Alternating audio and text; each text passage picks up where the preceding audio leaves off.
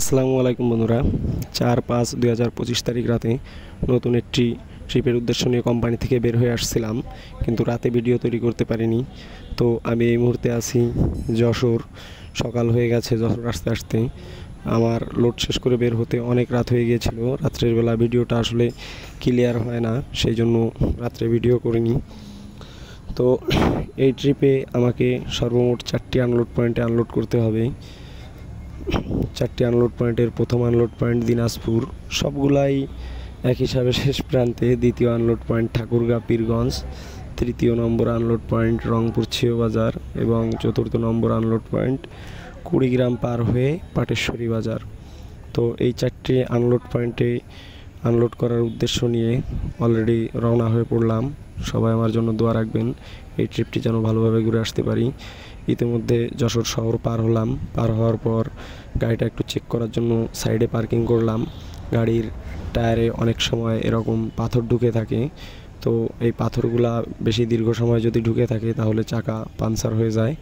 আর একটি চাকা পাঞ্চার হলে আমাদেরকে এটা মেরামত করার জন্য প্রায় 1 ঘন্টা সময় লেগে যায় এবং খুব কষ্ট হয়।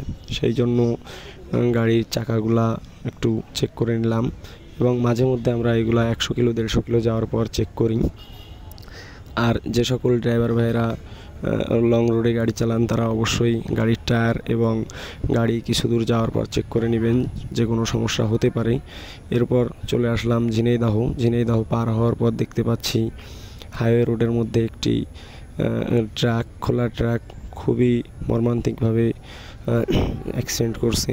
তো এইখানে একটু সাইড করলাম, পরিবেশটা দেখলাম। আসলে ট্রাকটা যেভাবে অ্যাক্সিডেন্ট করছে তাতে হয়তো বা ড্রাইভার ভাই আছে কি না সন্দেহ। বেশি সম্ভবত মারা গেছে, কারণ স্টারিং যে একেবারে ড্রাইভার সিটের সঙ্গে চেপে আটকে আছে।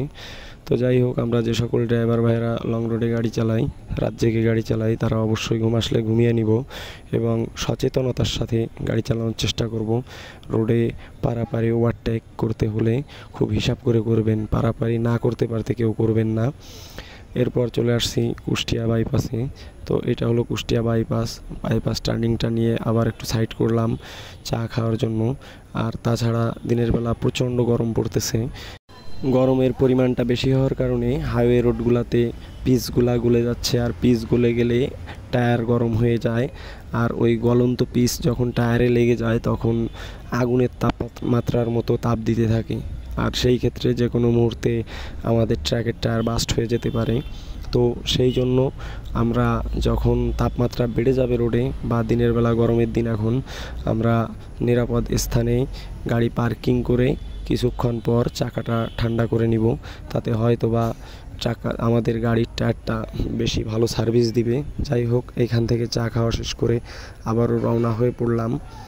এখন দুপুর টাইম। তো রওনা হয়ে চলে আসছি এখন আমি চলনবিল রোডে। দুপুর টাইম হয়ে গেছে, যেহেতু আমাকে গোসল করতে হবে, খাওয়া দাওয়া করতে হবে। তো আমি আসলে আজকে দুপুরে সময় মতো গোসল করতে পারিনি। তো চিন্তা করলাম আমরা নাটোর রয়না পাম্পে, যেখানে গাড়ি পার্কিং করে রেস্ট নিই, ওই পাম্পে যে গোসল করব এবং খাওয়া দাওয়া করব। সেই জন্য আর ওইদিকে কোথাও রেস্টের জন্য গাড়ি সাইড করে নিই। আমি অলরেডি নাটোর রয়না পাম্পের কাছাকাছি চলে আসছি। এখন আমি পাম্পের ভিতর প্রবেশ করব। তো পাম্পে যখন আমি ঢুকবো তখন হঠাৎ করে প্রচণ্ড পরিমাণ ঝড় শুরু হয়ে গেল। এত পরিমাণ ঝড় যেটা আসলে কল্পনার বাইরে। কিছুক্ষণ আগেও প্রচুর রোদ দেখা যাচ্ছিল। যাই হোক, আলহামদুলিল্লাহ ঝড় বৃষ্টি একটু হলে রাস্তাটা ঠান্ডা হয়ে যাবে। আর তাছাড়া ঝড় চলাকালীন অবস্থায় গাড়ি চালানোটা রোডে ঠিক হবে না, যে কোনো দুর্ঘটনা ঘটতে পারে। তাই আমি গাড়িটি রয়না পাম্পে সাইড করলাম এবং এখানে গোসল করব, খাওয়া দাওয়া করব। এবং যে সকল ড্রাইভার ভাইয়েরা এইদিকে আছেন তারা অবশ্যই নিরাপদ স্থানে পার্কিং করবেন। তো খাওয়া দাওয়া শেষ করে এক পর্যায়ে আমি পাম্পের থেকে এখন বের হচ্ছি, কারণ আমাকে অনেক দূর যেতে হবে। সেই জন্য আমি এখানে খুব একটা রেস্ট নিতে পারলাম না, শুধুমাত্র খাওয়া দাওয়ার গোসল করলাম। এর মধ্যে আমাদের কোম্পানির একটি 6 চাকা গাড়ি ওই যে দেখা যাচ্ছে অল্প একটু সাইডে, ওই গাড়িটি টায়ার পাংচার হয়েছিল। তো ওই গাড়ির হেল্পারটি নতুন থাকার কারণে সে আসলে টায়ারটি খুলতে পারছিল না। তাই আমার গাড়ির হেল্পার যে তাকে সহযোগিতা করলো এবং টায়ার খুললো। যাই হোক, টায়ার খুলে দিয়ে এরপর আমরা আবারও রওনা হয়ে পড়লাম এবং অনেক দূর চলে আসলাম। এটা হলো চলনবিল রোডে কাছিকাটা ব্রিস্টলের কাছাকাছি। তবে বৃষ্টি হওয়ার পর আবহাওয়াটা অনেক ঠান্ডা হয়ে গেছে এবং শরীরের ভিতর অন্যরকম একটি শান্তি অনুভব করতে পারছি। এই চলনবিল রোডের দুই সাইডের পরিবেশটা আমার খুবই ভালো লাগে। এখানে দুই সাইডে শুধু ফসল আর ফসল। এরপর সন্ধ্যা হয়ে গেল। সন্ধ্যা হয়ে যাওয়ার পর মাগরিবের নামাজ আদায় করছি এবং কিছু দূর আসলাম। সিরাজগঞ্জ গোলচত্বর ঘোরার পর এই পার্কিংয়ে গাড়িটি পার্কিং করলাম ঈশান নামাজ আদায় করার জন্য। তো ঈশান নামাজ আদায় করার জন্য যখন পার্কিং করলাম তখন আমাদের কোম্পানির 6 চাকা গাড়িটাও চলে আসলো।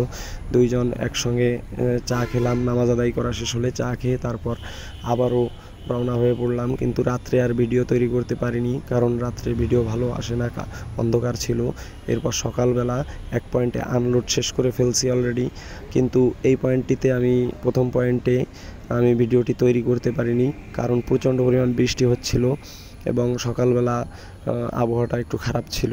তো যাই হোক, আনলোড শেষ করে আমি অলরেডি ঠাকুরগাঁর উদ্দেশ্যে রওনা হয়ে পড়লাম। এরপর আনলোড পয়েন্টে আনলোড শেষ করে ওইখান থেকে সকালবেলা খাওয়া দাওয়াটাও সেরে নিয়েছিলাম। তখন একটি স্প্রিট কিনে নিয়েছিলাম গাড়িতে।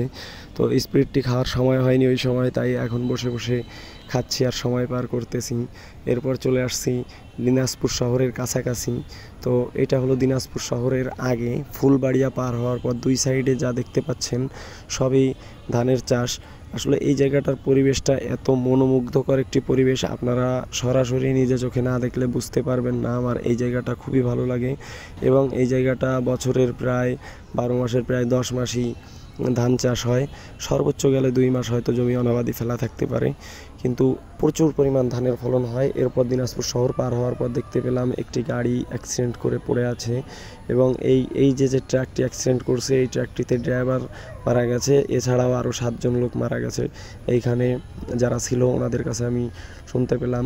এই রাস্তাটি আসলে খুবই সিঙ্গেল একটি রাস্তা। তো এই রোডে আমরা যারা যখন গাড়ি চালাবো হিসাব করে চালাবো। এরপর বীরগঞ্জ পার হয়ে আমি ঠাকুরগাঁ পীরগঞ্জের রোডে ঢুকে পড়লাম। এই রোডের দুই পাশের দৃশ্যটা অনেক সুন্দর, অনেক লম্বা লম্বা গাছ এবং সম্পূর্ণ রোডটাই এরকম।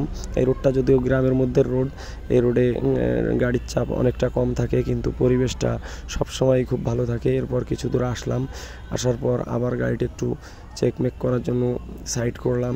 তো সেই সময় চারপাশে যে আসলে পরিবেশ সেটা আপনাদের অল্প করে একটু দেখানোর চেষ্টা করতেছি। হাজার হাজার একর জমিতে ধান চাষ হচ্ছে, এছাড়াও কিছু কিছু জায়গায় ভুট্টা চাষ হচ্ছে। আমি আশা করি এরপরে একটি ভিডিওতে আপনাদের ভুট্টার ভিডিওটা দেওয়ার চেষ্টা করব। তো যখন আমি এই দিকে চলে আসি তখন দেখতে পাই একটা ক্ষেতের থেকে কিছু ভুট্টা কেটে এনে রাখছে।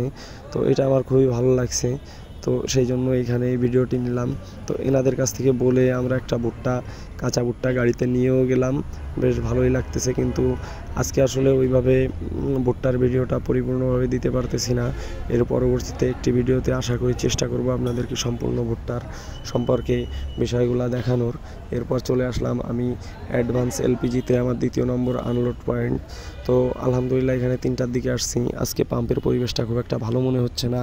আমি এই পাম্পে আগে অনেকবারই আসছি, কিন্তু ভালো মনে হচ্ছে না। মানে পাম্পের মধ্যে নতুন মাটি ফেলছে এবং নতুন মাটি ফেললে রোলার দেওয়া লাগে, এরা রোলার দেয়নি। আর আজকে সকালে আবার বৃষ্টি হয়েছে, এক পর্যায়ে আমার গাড়িটি এখানে মাটির মধ্যে ফেসে গেল। পরবর্তীতে যা ঘটলো তা আর কি বলবো, কষ্টের আর শেষ নেই। গাড়িটি অনেক চেষ্টা করার পরও তুলতে পারিনি। অ্যাট লাস্ট ওইখান থেকে ট্র্যাক্টর এনে তারপর তুললাম। আনলোড শেষ করে অনেক রাত্রে চলে আসলাম দিনাজপুর 10 মাইল। দিনাজপুর 10 মাইল আসতে অনেক সময় লাগলো। রাত্রে খাওয়ার জন্য আমরা কালার আটার রুটিটাই পছন্দ করে নিলাম। কালার আটার রুটিটা আসলে আমাদের ওইদিকে পাওয়া যায় না। কালাই আটার রুটি আর বেগুন ভর্তাটা আমার খুবই পছন্দনীয় একটি খাবার। এইটি আসলে রাজশাহী এলাকাতে বেশি পাওয়া যায়। এরপর সকালবেলা চলে আসলাম রংপুরের কাছাকাছি। হাইওয়ে রোডের সাইড থেকে যাওয়ার সময় দেখতে পেলাম একটি শালবন। তো চিন্তা করলাম শালবনটার একটি ভিউ নিই। এই শালবনটি আমার খুবই ভালো লাগছে। এই উত্তর এলাকায়, বাংলাদেশের উত্তরবঙ্গে এরকম অনেক শাল বাগান আছে। ঠাকুরগাঁ একটা শাল বাগান আছে, সেটা আসলে এই প্রান্ত থেকে ওই প্রান্ত যেয়ে শেষ করা যাবে না। আর এই যেটা দেখাচ্ছি এটাও অনেক বড়, কিন্তু এটা আসলে সময় স্বল্পতার কারণে পরিপূর্ণভাবে ভিডিও নিয়ে আপনাদেরকে দেখাতে পারিনি। এরপর চলে আসছি সিও বাজার, আমার এই ট্রিপে 3 নম্বর আনলোড পয়েন্টে। তো এইখানে আনলোড শেষ করলাম। এখন আমি 4 নম্বর আনলোড পয়েন্ট কুড়িগ্রামের উদ্দেশ্যে রওনা হলাম, কিন্তু কুড়িগ্রাম পৌঁছাতে আমার অনেক রাত হয়ে গিয়েছিল, সেই জন্য আমি আর ভিডিও তৈরি করতে পারিনি। তো সবাই আমার জন্য দোয়া রাখবেন, ভালো থাকবেন। আশা করি এরপর নতুন কোনো ভিডিওতে আপনাদের সঙ্গে দেখা হবে। ফি আমানিল্লাহ।